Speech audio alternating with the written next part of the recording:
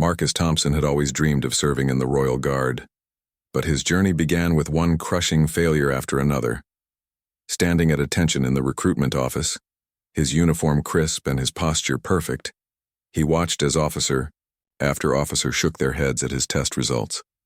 The written examination scores were dismal, barely 40% in military strategy, 35% in weapons theory, and a particularly embarrassing 28% in royal protocol. The recruitment sergeant, a weathered man with decades of service, looked at Marcus with a mixture of pity and confusion. "Son, I've seen many recruits come through these doors, but I've never encountered someone who wants this so badly, yet struggles so much with the basics." Marcus felt his cheeks burn with shame, but his resolve remained unshaken. He had grown up in a small village where his grandfather told stories of brave soldiers who protected the kingdom. Those tales had planted a seed in his heart that refused to die, no matter how many times reality tried to crush it. Despite failing the entrance exam 3 times, Marcus refused to give up. Each rejection letter felt like a dagger to his dreams, but he would spend hours studying in the village library, poring over military manuals that seemed to be written in a foreign language. The concepts that came naturally to other recruits felt like climbing a mountain for him. Battle formations looked like random scribbles, weapon specifications blurred together in his mind, and the intricate rules of royal etiquette seemed designed to confuse rather than guide. His family began to worry about his obsession. His mother would find him at dawn, slumped over books at the kitchen table, having studied through the night. "Marcus," she would say gently, "perhaps there are other ways to serve your country." But Marcus could not accept defeat. There was something deep inside him, a calling that he could not explain or ignore, that insisted his place was among the Royal Guard. The 4th time he applied, something changed. Captain Elena Rodriguez, a veteran officer known for her sharp eye and fair judgment, was reviewing applications that day. She noticed Marcus's name appearing repeatedly in the files and decided to interview him personally. Sitting across from her, Marcus felt smaller than ever, knowing his test scores spoke louder than any words he could offer. "Tell me, Thompson," Captain Rodriguez said, her voice neither harsh nor kind. "Why do you keep coming back? Your scores suggest you might be better suited for other forms of service." Marcus looked directly into her eyes, his voice steady despite his nervousness. "Ma'am, I know I'm not the smartest recruit you've seen and my test scores are terrible. But I believe being a Royal Guard isn't just about knowing the right answers on paper. It's about having the right heart for service." Captain Rodriguez studied him for a long moment. There was something in his eyes, a sincerity that could not be faked, a determination that had been tested by repeated failure, yet remained unbroken. Against all protocol and her better judgment, she made a decision that would change both their lives. "I'm going to give you one chance, Thompson. You'll start as the lowest-ranking guard, and you'll be on probation. One mistake, and you're out." Marcus felt his heart leap, but he kept his expression composed. "Thank you, ma'am. I won't let you down." As he walked out of the office, officially accepted into the Royal Guard despite his academic failures, he had no idea that his real test was just beginning. The other recruits who had passed their exams with flying colors looked at him with curiosity and skepticism. Word spread quickly about the recruit who couldn't pass a written test, but somehow made it into their ranks. His first day of training was a disaster. During drill formations, he turned left when others turned right. During weapons inspection, he fumbled with his rifle while others handled theirs with practiced ease. The training sergeants watched him with barely concealed frustration, wondering what Captain Rodriguez had been thinking. Marcus felt every stare, heard every whispered comment, but he pressed on, determined to prove that heart could overcome academic shortcomings. The first months of Marcus's service were filled with one embarrassing moment after another. During his first royal ceremony, he forgot the proper salute sequence and stood frozen while hundreds of dignitaries watched. The other guards had to subtly guide him through the motions, their faces red with second-hand embarrassment. Captain Rodriguez received multiple complaints about the incompetent recruit, who was making the entire unit look unprofessional. But something remarkable began to happen during Marcus's off-duty hours. While other guards relaxed in the barracks or went into town, Marcus would walk through the palace grounds, talking to everyone he encountered. He struck up conversations with the kitchen staff, learned the names of the groundskeeper's children, and always had time to listen to the elderly servants' stories about their years of service. The palace workers, often invisible to the more prestigious guards, began to warm to this unusual young man, who treated them with genuine respect and interest. Maria, the head cook who had served the royal family for 30 years, was particularly fond of Marcus. "That boy has something special," she would tell her kitchen staff. "He sees people, really sees them. Most guards look right through us like we're furniture." Marcus would often help carry heavy supplies when he saw the older staff struggling, despite it being far below his official duties. His fellow guards mocked him for this behavior, calling him soft and suggesting he was wasting time on unimportant people. The academic failures continued to mount. Marcus failed his first weapons proficiency test, scoring so poorly that his instructor suggested he might be better suited for civilian work.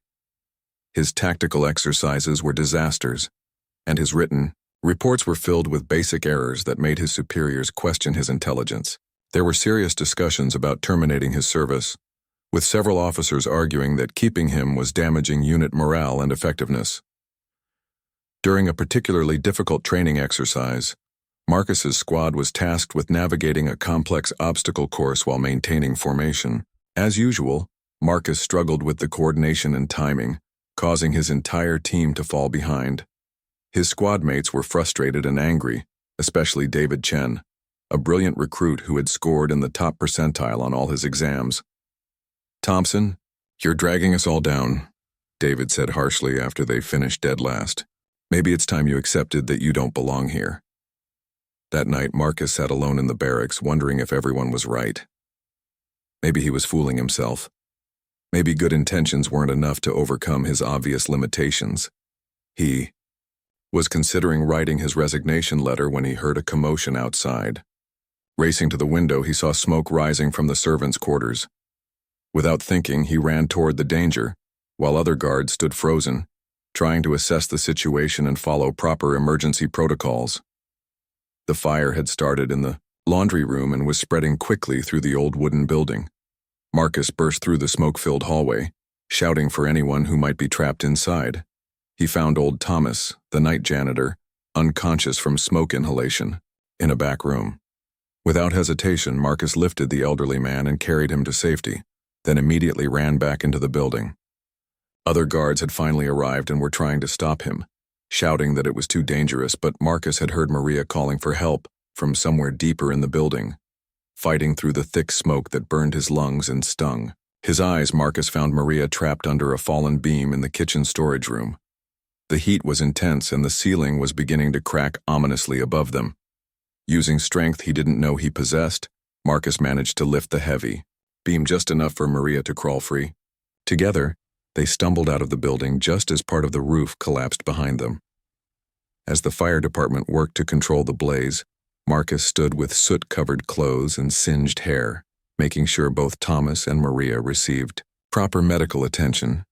He hadn't thought about protocol or proper procedures, he had simply seen people in danger and acted. Captain Rodriguez arrived at the scene and watched as the elderly palace workers surrounded Marcus, thanking him with tears in their eyes. David Chen, who had been so critical earlier, stood nearby looking ashamed of his harsh words. The next morning, news of Marcus's heroic actions had spread throughout the palace. The servants spoke of him with reverence, calling him their guardian angel. But Marcus felt uncomfortable with the praise. To him, he had simply done what anyone should do when others were in danger. He couldn't understand why people were treating his actions as extraordinary when they seemed like basic human decency to him. Word of the fire rescue reached the upper levels of the palace hierarchy, but it did little to improve Marcus's standing in official evaluations. If anything, some officers viewed his impulsive actions as evidence of his inability to follow proper procedures. "A good soldier follows orders and protocol," Sergeant Williams said during Marcus's review. "Running into a burning building without authorization shows poor judgment regardless of the outcome." Marcus continued to struggle with every aspect of formal military training. His marksmanship scores remained consistently poor, despite extra practice sessions that left his hands raw and his confidence shattered. During one particularly humiliating firearms test, he missed the target entirely on 6 out of 10 shots, while other recruits watched in disbelief. The range instructor shook his head and marked another failing grade on Marcus's record, adding to the growing pile of evidence that he didn't belong in the Royal Guard. The written examinations were even worse. Marcus would stare at questions about military strategy and tactics, his mind going blank despite hours of study. The complex scenarios that required quick decision-making based on theoretical knowledge were like puzzles he could never solve. His classmates would finish their tests in half the allotted time, while Marcus struggled to complete even basic questions. The academic officer, Major Peterson, called him into her office after yet another failed exam. "Thompson," she said, looking at his test paper with obvious disappointment, "I've been reviewing your file and frankly I'm puzzled by your continued presence here. Your academic performance is the worst I've seen in 15 years of service. Perhaps it's time to consider a transfer to a position more suited to your capabilities." Her words stung because Marcus knew they were based on objective facts. He couldn't argue with test scores and performance metrics that painted a clear picture of inadequacy. Despite the mounting evidence of his academic failures, something unexpected was happening elsewhere in the palace. The royal family had begun to notice Marcus, though not through any official channels. Princess Isabella, the king's youngest daughter, had heard about the guard who had saved Maria and Thomas from the fire. More importantly, she had observed how differently the palace staff behaved around him compared to other guards. During a casual conversation with Maria while visiting the kitchens, Princess Isabella learned more about Marcus's character. "Your Highness," Maria said with genuine affection in her voice, "that young man has a gift for making people feel valued. He remembers my grandson's name, asks about Thomas's arthritis, and always offers to help when we're struggling with heavy work. He treats us like family, not servants." The princess found herself curious about this unusual guard who had such a positive impact on the people who kept the palace running smoothly. Marcus remained unaware of this growing attention from the royal family. He was too focused on trying to improve his dismal performance in training exercises. His latest tactical simulation had been another disaster, with Marcus making fundamental errors that would have resulted in catastrophic consequences. In a real military situation, his commanding officers were running out of patience and there were serious discussions about ending his service before he became a liability to the entire unit. The breaking point came during a complex security drill designed to test the guards' ability to protect the royal family during a simulated attack. Marcus was assigned to a perimeter position, a relatively simple role that his superiors hoped he could handle without causing problems. The scenario involved multiple threats approaching from different directions, requiring coordinated responses and split-second decision-making based on established protocols. As the exercise began, Marcus found himself overwhelmed by the rapid succession of commands and changing tactical situations. While other guards smoothly executed their assigned roles, Marcus hesitated and second-guessed himself at every turn. When a simulated attacker broke through the perimeter near his position, Marcus failed to follow the prescribed response protocol and instead pursued the threat into an area where he wasn't supposed to be. His deviation from the plan created confusion among the other guards and compromised the entire defensive strategy. The exercise ended with the simulated attacker successfully reaching the royal family, a complete failure that was directly attributed to Marcus's inability to follow instructions and maintain his assigned position. The debriefing was brutal, with senior officers openly questioning why he was still in uniform. Captain Rodriguez found herself in an impossible position. She had given Marcus a chance based on her intuition about his character, but the objective evidence was overwhelming. His performance metrics were consistently poor, his academic scores were abysmal, and now his failure during a critical security exercise had put the entire unit's reputation at risk. The pressure from her superiors to dismiss him was becoming impossible to ignore. That evening, Marcus sat in the barracks knowing that his time was running out. He had given everything he had to prove himself worthy of serving in the royal guard, but it seemed that good intentions and a willing heart weren't enough to overcome his obvious limitations. As he prepared to write his resignation letter, he had no idea that events were already in motion that would completely change his understanding of what it meant to serve and protect. 3 days before Marcus planned to submit his resignation, an unexpected crisis shook the entire kingdom. Intelligence reports indicated that a group of foreign agents had infiltrated the capital city with plans to kidnap Princess Isabella during her upcoming public appearance at the Children's Hospital charity event. The threat was serious enough that the Royal Security Council recommended canceling the event, but the princess insisted on proceeding, knowing that disappointing the sick children would cause more harm than the risk to herself. The security preparations were massive and complex, involving multiple layers of protection and coordination between different branches of the Royal Guard, local police, and intelligence services. Every guard, regardless of their rank or recent performance, was called to duty for this critical mission. Marcus found himself assigned to crowd control outside the hospital, a position his superiors considered safe enough for someone with his limited capabilities. On the morning of the event, Marcus took his position among the crowds of families and children waiting to see Princess Isabella. His job was simple: watch for suspicious behavior and report anything unusual to his superiors. As he stood in his crisp uniform, Marcus felt the weight of his failures pressing down on him. This would likely be his last official duty as a royal guard, and he was determined to at least do this one job correctly. As Princess Isabella arrived and began interacting with the children, Marcus noticed something that made his blood run cold. Among the excited families, he spotted a man who seemed out of place. Unlike the parents and relatives who were focused on their children's excitement, this man was systematically studying the security arrangements, his eyes tracking the movements of guards and noting exit routes. More troubling, Marcus recognized him from intelligence briefings as someone suspected of having connections to foreign hostile groups. Marcus immediately reached for his radio to report the suspicious individual, but before he could speak, he noticed something that made his heart race. The man wasn't alone.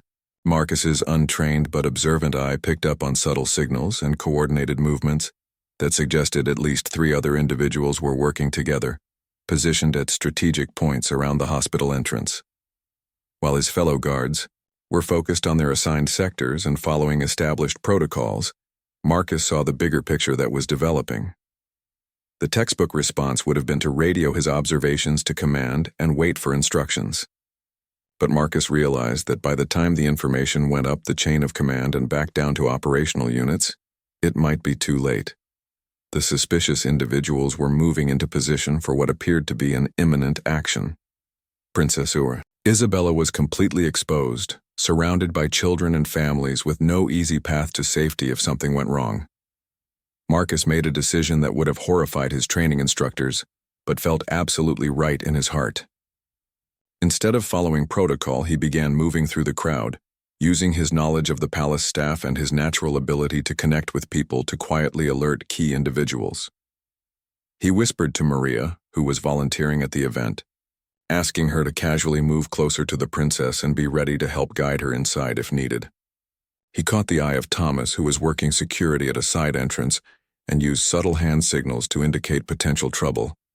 What Marcus lacked in formal training, he made up for with an intuitive understanding of human behavior and genuine relationships built over months of treating everyone with respect and kindness. The hospital staff and palace workers he had befriended responded immediately to his quiet warnings, creating an informal network of alert eyes and ready helpers that complemented the official security presence.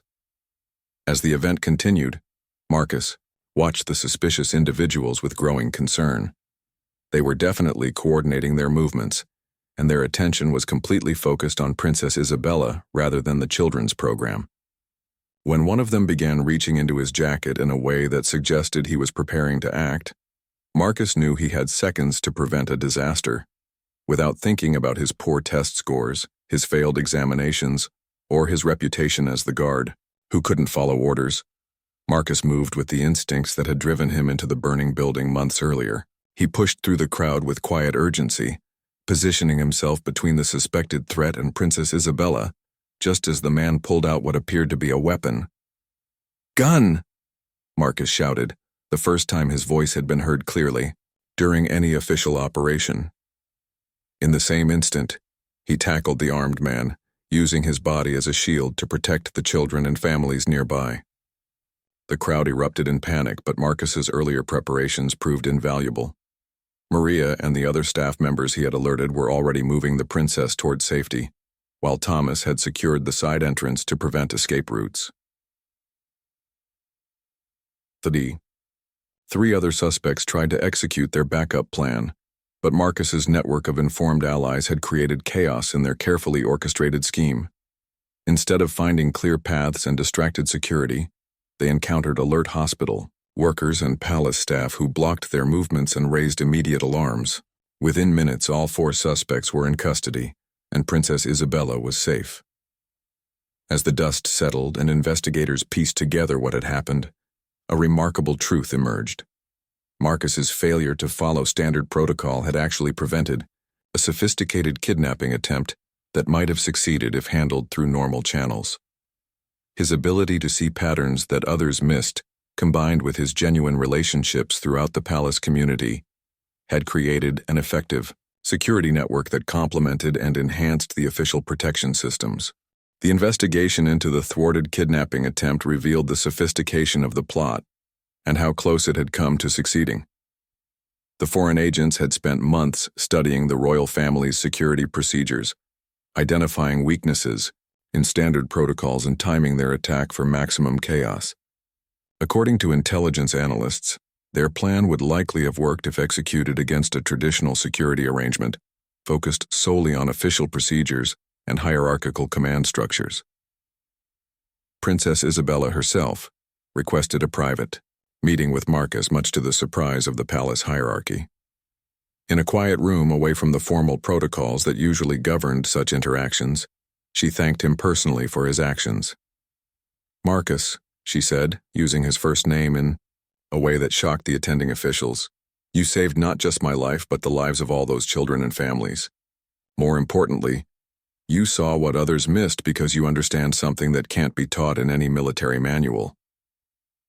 The princess's words began to change how people viewed Marcus's unconventional approach to his duties. Captain Rodriguez, who had been under pressure to dismiss him, found herself re-evaluating everything she thought she knew about military effectiveness. During a meeting with senior command, she made an observation that would prove prophetic. "Perhaps we've been measuring the wrong things. Thompson failed every written exam, but he succeeded where our best-trained guards might have missed the threat entirely." News of Marcus's heroic actions spread throughout the kingdom, but he remained uncomfortable with the attention and praise. To him, he had simply done what needed to be done, using the relationships and observations that came naturally to him. He couldn't understand why people were treating his actions as exceptional when they seemed like common-sense responses to obvious problems. This humility, combined with his proven effectiveness in crisis situations, began to attract attention from the highest levels of the military hierarchy. Field Marshal Catherine Wellington, the kingdom's highest-ranking military officer, had served for over 30 years and had seen countless soldiers pass through the ranks. She had built her career on identifying talent and understanding what made effective military personnel. When she reviewed the reports of Marcus's actions during both the fire rescue and the kidnapping attempt, she saw something that transcended traditional military metrics and academic achievements.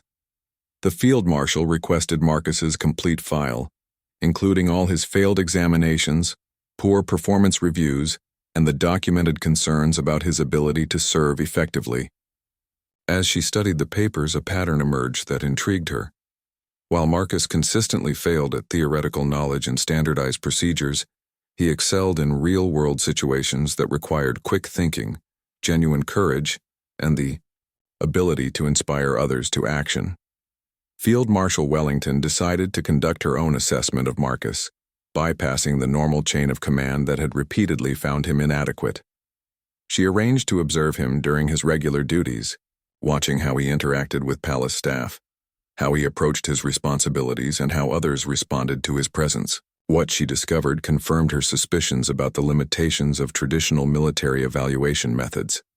During one of her informal observations, Field Marshal Wellington witnessed Marcus helping elderly servants carry supplies while other guards stood by following regulations that technically prohibited such assistance. She watched him remember personal details about workers' families, offer encouragement to struggling colleagues, and maintain cheerful professionalism even when facing criticism from superiors who viewed him as inadequate.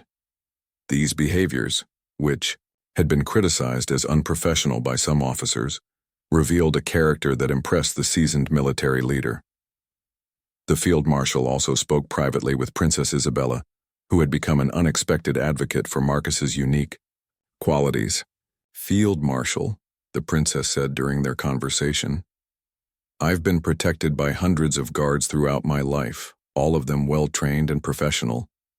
But Marcus is the first one who made me feel truly safe, not because of his weapons training or his knowledge of protocols, but because he genuinely cares about protecting people, not just following orders." This insight crystallized something that Field Marshal Wellington had been thinking about for years. The military had become increasingly focused on standardized testing, academic achievement, and rigid adherence to procedures. While these elements were important, they had perhaps become overvalued at the expense of qualities that couldn't be measured easily. Courage, intuition, genuine care for others, and the ability to think creatively under pressure. Field Marshal Wellington began developing a plan that would not only recognize Marcus's unique contributions, but also challenge the entire military establishment to reconsider how they identified and developed talent. She understood that Marcus represented something valuable that was being lost in the pursuit of academic perfection and procedural compliance. His failures in traditional metrics had obscured his exceptional abilities in areas that mattered most, when lives were at stake. The stage was being set for a confrontation between old ways of thinking about military service and a new understanding of what made soldiers truly effective. Marcus, still unaware of the high-level discussions about his future, continued his duties with the same dedication and humility that had always characterized his service. He had no idea that his struggles with examinations and protocols were about to be reframed as evidence of a different kind of excellence that the kingdom desperately needed to recognize and cultivate. The annual Royal Guard Excellence Ceremony was typically a formal affair where the highest achieving cadets received recognition for their academic performance and technical proficiency. This year, however, Field Marshal Wellington had decided to make it something entirely different. She had spent weeks preparing remarks that would challenge every assumption about military merit and effectiveness that had guided the kingdom's armed forces for generations. Marcus received an unexpected invitation to attend the ceremony, which puzzled him since his performance record suggested he should be avoiding any public military events. His fellow guards were equally confused, with many assuming he was being called to receive some sort of formal reprimand or dismissal notice. David Chen, who had earlier criticized Marcus harshly but had since developed respect for his character, encouraged him to attend with dignity regardless of the outcome. The Great Hall was filled with the kingdom's military elite, government officials, and family members of the honored guards. Marcus felt completely out of place in this gathering of the best and brightest, knowing that his academic failures made him the least qualified person in the room by traditional standards. He sat quietly in the back, hoping to remain invisible, while the ceremony proceeded through its usual schedule of awards and commendations. Field Marshal Wellington began her address with the expected recognition of guards who had achieved perfect scores on examinations and demonstrated technical mastery of their duties. The audience applauded politely as certificates and medals were distributed to young men and women who represented the academic cream of the Royal Guard. But then, something unprecedented happened that left everyone in stunned silence. "Ladies and gentlemen," Field Marshal Wellington announced, "this year I want to speak about a different kind of excellence. I want to talk about a guard who has failed every written examination he has taken, who struggles with basic protocols, and whose academic performance has been consistently criticized by his superiors." A murmur ran through the audience as people wondered why the kingdom's highest military officer was discussing failure at a ceremony meant to celebrate success. "Guard Marcus Thompson," the field marshal continued, Please join me on this stage. Marcus felt his face burn with embarrassment as hundreds of eyes turned toward him. His legs felt weak as he made the long walk to the front of the hall, certain that he was about to be publicly dismissed from service. The silence in the room was deafening as he stood beside the imposing figure of Field Marshal Wellington. "This young man," the Field Marshal said, her voice carrying clearly throughout the hall, "has demonstrated something that cannot be taught in any classroom or measured by any examination. He has shown us what it truly means to serve others with courage, wisdom, and genuine care. While others have mastered the theory of protection, Guard Thompson has mastered the heart of it." Field Marshal Wellington proceeded to recount Marcus's actions during the fire rescue and the kidnapping attempt, but more importantly, she spoke about his daily interactions with palace staff, his instinctive understanding of human nature, and his ability to inspire others through genuine kindness and respect. She explained how his failures to follow standard procedures had actually revealed innovative approaches to security that enhanced rather than undermined overall effectiveness. "We have created a military culture that prizes academic achievement above character, that values test scores over courage, and that rewards procedural compliance over creative problem-solving," the Field Marshal declared. "Guard Thompson has reminded us that our primary purpose is not to pass examinations, but to protect people. His academic struggles have not prevented him from being one of the most effective guards this kingdom has ever seen." The audience sat in shocked silence as Field Marshal Wellington pinned the Distinguished Service Medal, one of the military's highest honors, onto Marcus's uniform.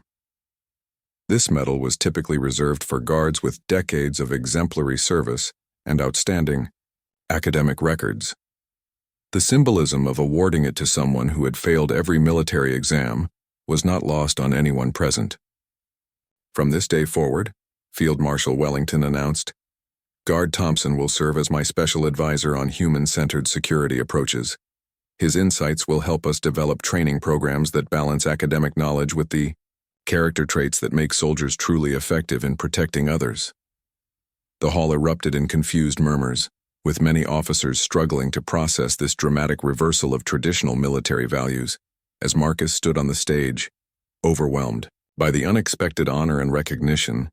He finally understood what his grandfather's stories had really been about. Being a true guardian wasn't about perfect test scores or flawless execution of procedures. It was about having the courage to act when others were in danger, the wisdom to see what others missed, and the character to treat everyone with dignity and respect. The ceremony marked the beginning of a transformation in how the Royal Guard identified and developed talent. Marcus's story became a symbol of the importance of looking beyond conventional metrics to recognize different forms of excellence. His failed examinations were reframed as evidence that true military effectiveness couldn't be captured by standardized testing alone. Years later, as Marcus continued to serve with distinction in his new role, young recruits would hear his story as inspiration that there were many paths to military excellence. His example helped create a more inclusive and effective military culture that valued diverse strengths and recognized that the most important qualities of a guardian were often the ones that couldn't be measured on paper. The guard who had flunked every exam had taught an entire kingdom that the heart of service was more important than perfect scores, and that true excellence came not from avoiding failure, but from persevering through it with dignity and purpose. Marcus never did improve his test scores significantly, and he continued to struggle with formal military procedures throughout his career. But under his influence, the Royal Guard developed new training methods that emphasized character development alongside academic achievement. Future generations of guards would be evaluated not just on their technical knowledge, but on their ability to connect with others, their courage under pressure, and their commitment to genuine service. The Distinguished Service Medal that Marcus wore became a symbol of hope for anyone who had ever been told they weren't good enough, smart enough, or qualified enough to pursue their dreams. His story proved that sometimes the people who struggle most with conventional measures of success are exactly the ones who possess the unconventional strengths that society needs most. In learning to see beyond test scores and academic achievements, the kingdom discovered that true excellence comes in many forms, and that the most valuable guardians are often those who guard not just with their training, but with their hearts.